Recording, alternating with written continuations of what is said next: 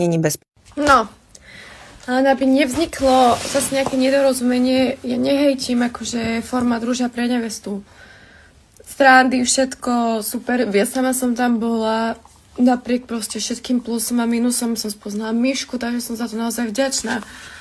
A je to naozaj akože zaujímavá skúsenosť do života a neskutočne veľa mi to dalo. Ale narážam na ľudí a hejtujem to, že ľudia až príliš uveria tomu, že to je realita, že si neuvedomia, že to je zostrihané a že niektoré časti môžu byť dramatickejšie alebo niekto môže vyzerať viac v horšom alebo v lepšom svetle, lebo to je proste tak zostrihané a potom to vlastne prežívajú a na tom internete reálne šikanujú účastníčky a proste to je, treba to tak naozaj nazvať, že toto je šikana, verejné podporovaná šikana.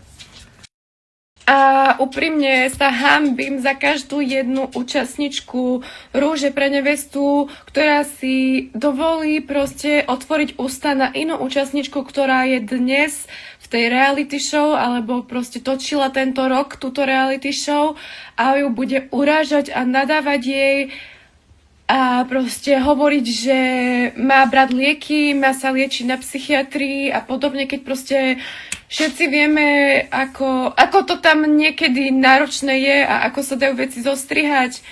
A absolútne nepodporujem verejnú šikanu Laury, ktorú ste si vybrali ako úplnú teraz obeť. A proste fuj, je mi zle z ľudí.